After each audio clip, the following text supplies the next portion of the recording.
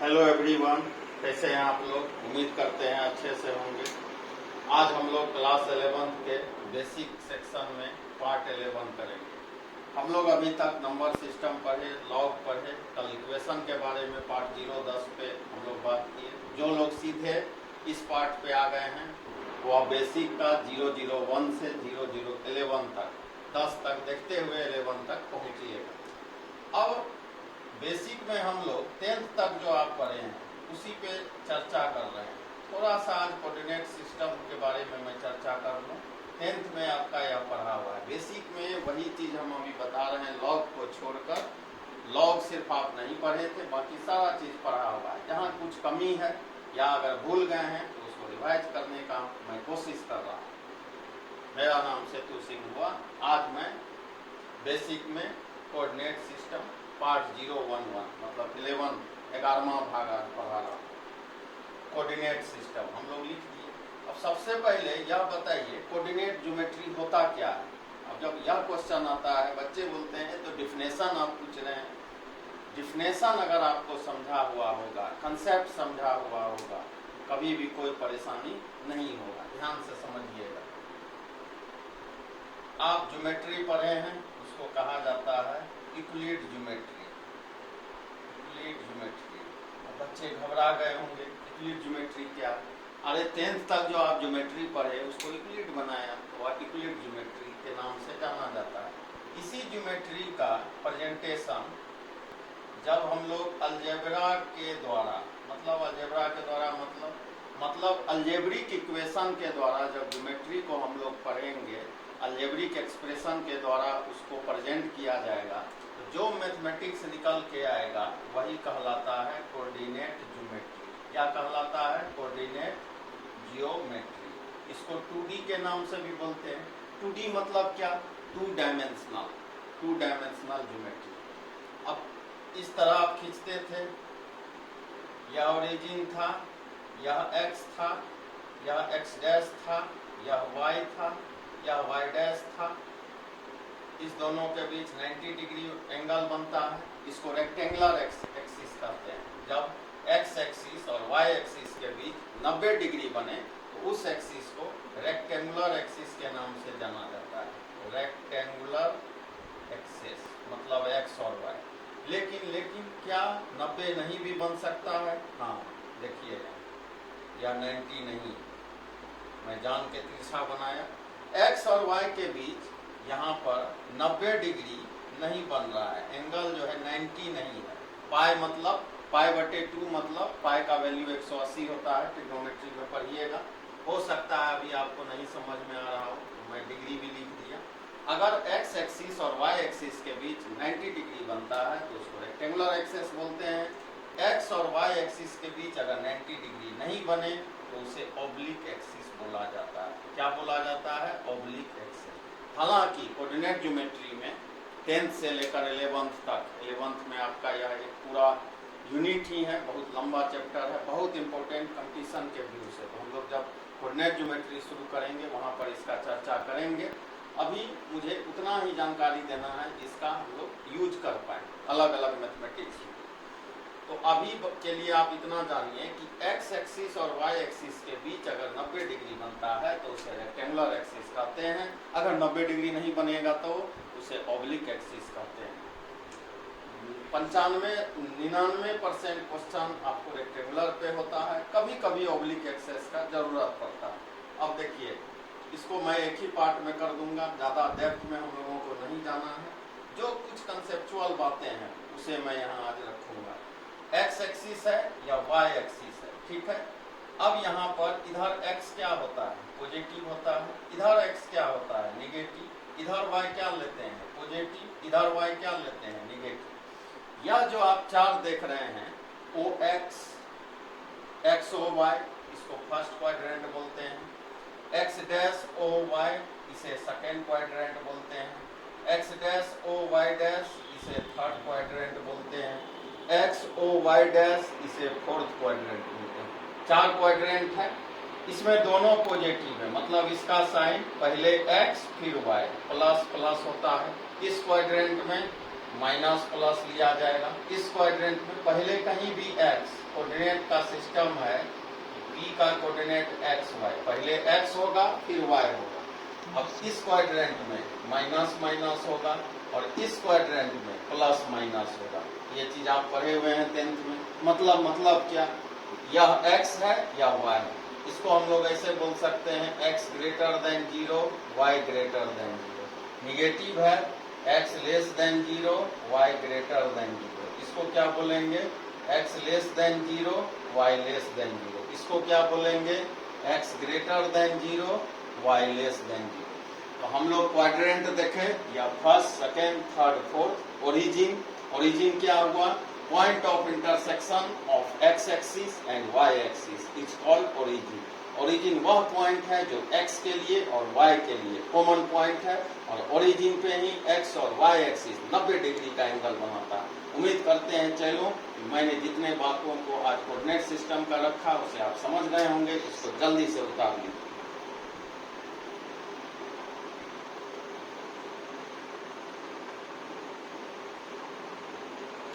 या देखिए, या ओरिजिन है या x है, x डैश है। आप पढ़े होंगे x एक्सिस पर क्या जीरो होता है, y जीरो।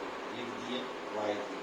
मतलब अगर आपसे कोई पूछे इक्वेशन ऑफ x एक्सिस तो क्या बोल दीजिएगा, y जीरो। मतलब y इस पे नहीं है। या कौन सा एक्सिस लिए, y एक्सिस। हम लोग क्या जानते हैं, on y axis x zero, मतलब y एक्सिस का इक्वेशन x जीरो। अब दोनों को एक साथ हम लोग प्लॉट कर देंगे। यह x है, x डैश है, y है, y डैश है।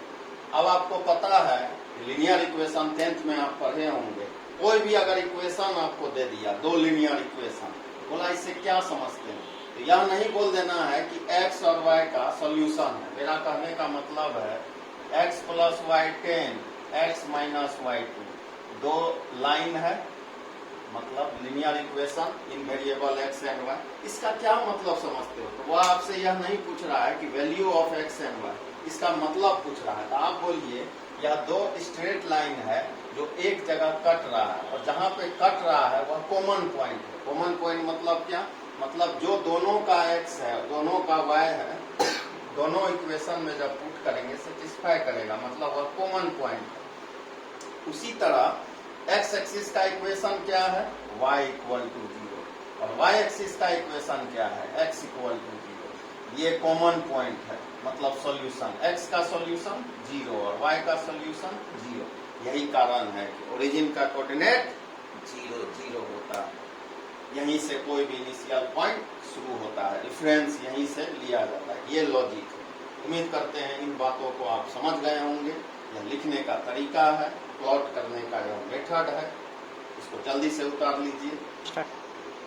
अब देखिए थोड़ा सा डिस्टेंस फार्मूला पे हम लोग बात कर लें। हम लोग उतना ही बेसिक करेंगे जिसका काम।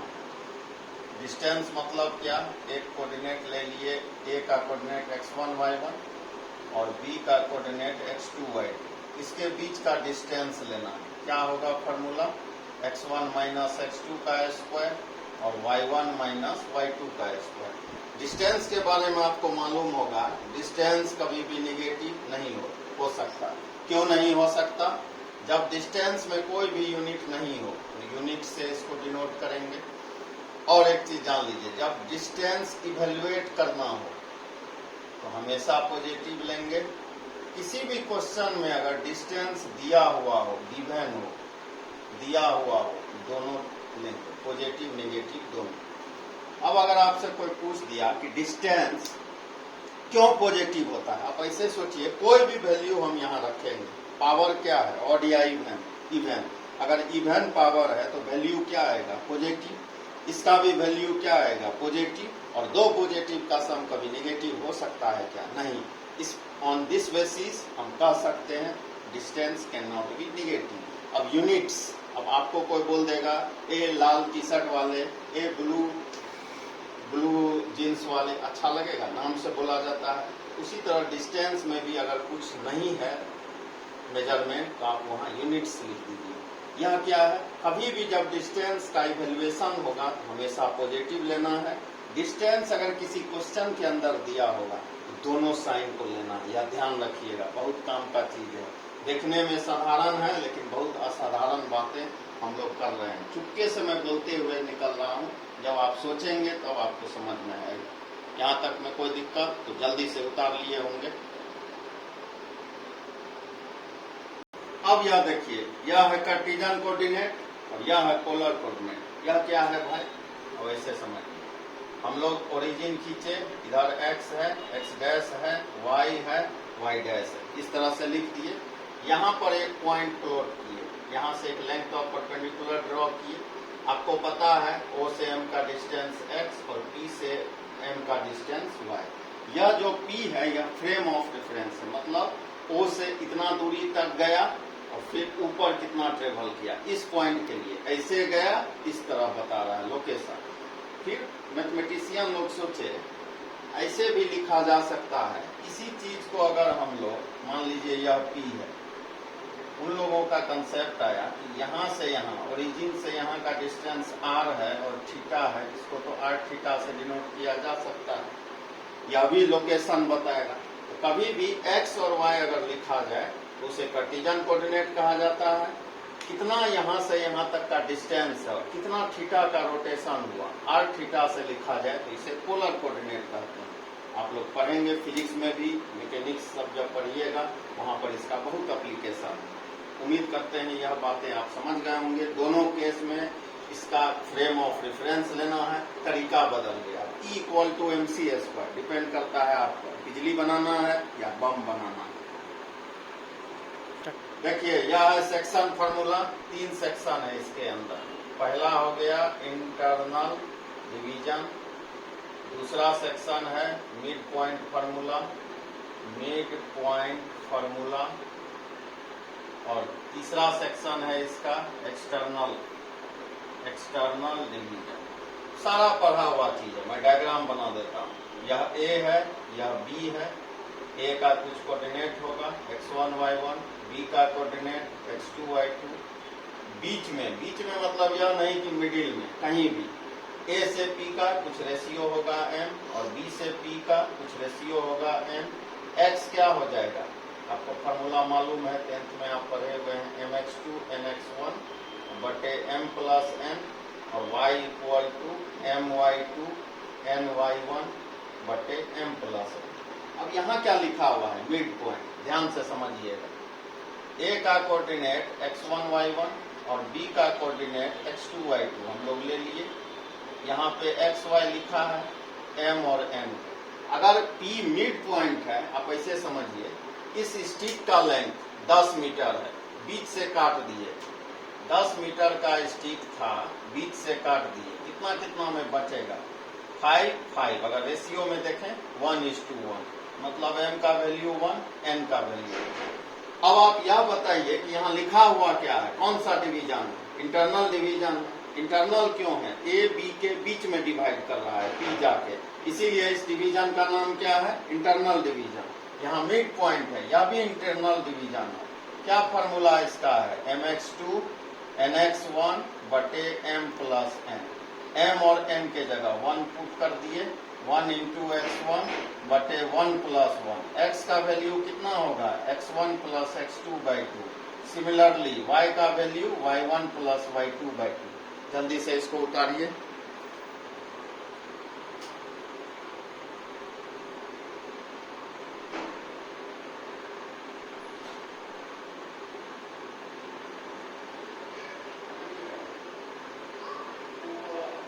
अब यह है एक्सटर्नल का मतलब क्या है, ध्यान से देखिएगा। यह A है, A का कोऑर्डिनेट x1 y1, यह B है x2 y2, P A B के बाहर जाके डिवाइड कर रहा है। यहाँ ध्यान से सुनिएगा, जनरली आप हम लोगों को ऐसा ही फिगर दिखता है, P इस तरफ भी बन सकता है, यह भी तो बाहर हुआ। P इधर कब बनेगा, जब m > n हो। P इधर कब बनेगा, जब m n हो। फार्मूला ऐसा ही होगा, चेंजिंग कहाँ होगा, कहाँ पे बदलाव होगा, प्लस के जगह माइनस हो जाएगा। मतलब क्या, मतलब हो गया mx2 minus nx1 by m minus n, और y = my2 ny1 बटे m माइनस n। तो इस तरह सेक्शन फार्मूला को भी हम लोग देख लिए, और इसी का लास्ट टॉपिक जो है मैं यहीं पे शॉर्ट में ही बता देता हूँ, क्योंकि हमको उतना ही चाहिए जितना जरूरी है। जब हम लोग कोऑर्डिनेट पढ़ेंगे विस्तृत रूप में मैं डिस्क्रिप्शन दूंगा, x2 y2 और इसका कोऑर्डिनेट x3 y3। सेंट्रोइड आप पढ़े होंगे। सेंट्रोइड किसको कहते हैं? इसको मीडियन बोला जाता है। मीडियन क्या होता है? Side bisector. ऐसा लाइन जो साइड को बाइसेक्ट करता है, उसका रेशियो कितना बनाता है? 2:1। तो इस तरह से AD, BE और CF मीडियन है। फिर सुनिए, AD, BE, CF medians of A triangle है। तीनों मीडियन जहां मिल रहा है उसी को सेंट्रोइड कहते हैं। फिजिक्स में उसे सेंटर ऑफ ग्रेविटी, आप जब पढ़िएगा ग्रेविटेशनल फोर्स, वहां पे इसका कंसेप्ट है। मालूम है या सारा उन बातों को हम लोग रखे जो आप पढ़े हुए हैं। इसको हम लोग 3 लिख लिए। Similarly y1, y2, y3, y4 सारा सिस्टम को हम लोग आज देख लिए। यह उन बातों को यहाँ हमने रखा जो आप 10th में पढ़े थे। एक सेक्शन रह गया एरिया ऑफ ट्रायंगल, मैं उसे भी बता देता हूँ, इसको जल्दी से बता दीजिए।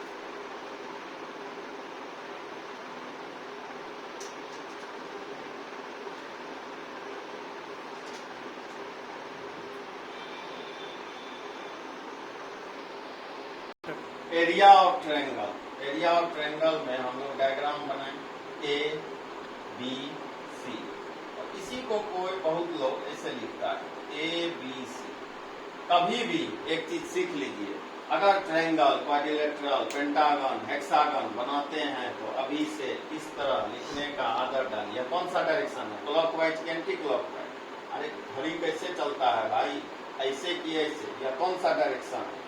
यह कौन सा डायरेक्शन है? घड़ी इस तरह से चलता है। यह जो डायरेक्शन है यह हो गया क्लॉकवाइज डायरेक्शन, और यह जो आप देख रहे हैं यह है एंटी क्लॉकवाइज डायरेक्शन।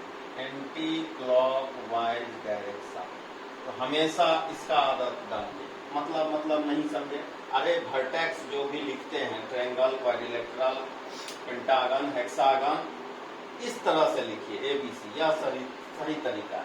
अब आप एरिया ऑफ ट्रायंगल बनाए होंगे, बहुत बार ऐसा होता होगा कि आपका एरिया ऑफ ट्रायंगल निगेटिव आ जाता है। यही लिखने के पैटर्न के चलते अगर इस तरह सजाइएगा पॉजिटिव होगा, इस तरह अगर ले लीजिएगा निगेटिव आता है। यही कारण है। इसलिए वर्टेक्स अब कैसे लिखना है मेरे चैनलों? घड़ी के विपरीत दिशा में, एंटी क्लॉकवाइज डायरेक्शन में। अच्छा, एरिया ऑफ ट्रायंगल हम लोग इवेलुएट करेंगे तो वर्टेक्स होगा तो x1 y1। इसको भी हम लोग x2 y2 लिखेंगे और इसको x3 y3 लिखेंगे। कभी कभी वर्टेक्स को एंगुलर पॉइंट के नाम से भी लिखता है मेरे चैनलों। तो ABC वर्टेक्स भी है, ABC एंगुलर पॉइंट्स भी है। तो इसका एरिया का फॉर्मूला पढ़े हुए हैं, half x1 y2 minus y3 plus x2 y3 minus y1 plus x3 y1 minus y2। 10th का चीज है, ठीक। एरिया ऑफ ट्रायंगल का फॉर्मूला। एक चीज और जान लीजिए, नोट करके लिख लीजिए। यहाँ भी दो बात है। एरिया अगर फाइंड करना हो हमेशा पॉजिटिव लेना।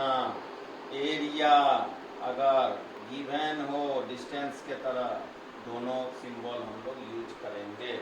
एरिया कभी भी अगर फाइंड आउट करना हो तो कैसा लेना है? पॉजिटिव लेना है। अगर गिवन हो तो कैसा लेंगे? दोनों लेंगे, पॉजिटिव नेगेटिव दोनों लेंगे, तब आपका सही आंसर मिल पाएगा। अब यहीं से एक और चीज निकल के आएगा सामने। पहले इसको उतार लीजिए, इधर मैं मिटाऊंगा। ये लास्ट टॉपिक है, टेंशन मत लीजिए, ज्यादा बर्डन मैं नहीं देता हूँ, कम पढ़ाता हूँ। कम नॉलेज रखिए, ज्यादा यूज करने सीखिए। इस कंसेप्ट पे चलिए, मिनिमम इनपुट से मैक्सिमम आउटपुट तक जाना है। हम लोग क्या लिखे? कोलिनियर। कोलिनियर किसको कहते हैं? 3 जनरली लोग हम लोग 10th में रख लिए। Area of triangle 0, collinear. समझिएगा, 3 पॉइंट से 2 चीज बन सकता है, डिफाइंड चीज। या तो एक स्ट्रेट लाइन मतलब लाइन बन सकता है, या एक ट्रायंगल बन सकता है। अगर कोलिनियर है, पॉइंट्स का नेचर होता है एक डिफिनिट शेप को लेना। अगर पॉइंट्स ट्रायंगल पे नहीं बैठा मतलब कोलिनियर हो गया, तो कहाँ बैठा होगा? लाइन पर बैठा। लाइन पर बैठा मतलब ट्रायंगल नहीं बनाया। ट्रायंगल नहीं बनाया इसलिए तो मेरे चैनल लिख देते हैं एरिया ऑफ ट्रायंगल 0, मतलब ट्रायंगल बना ही नहीं। ट्रायंगल जब बना ही नहीं तो वह पॉइंट गया कहाँ, लाइन पे जाके बैठ गया।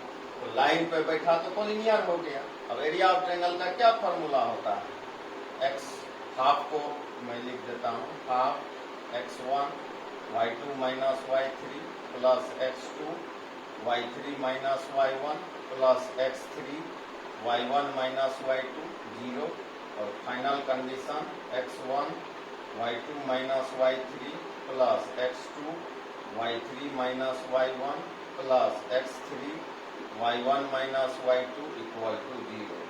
ये हो गया कोलिनियर का कंडीशन। कोलिनियर का बहुत सारा कंडीशन होता है, बहुत तरीका है, हम लोग कोऑर्डिनेट में देखेंगे।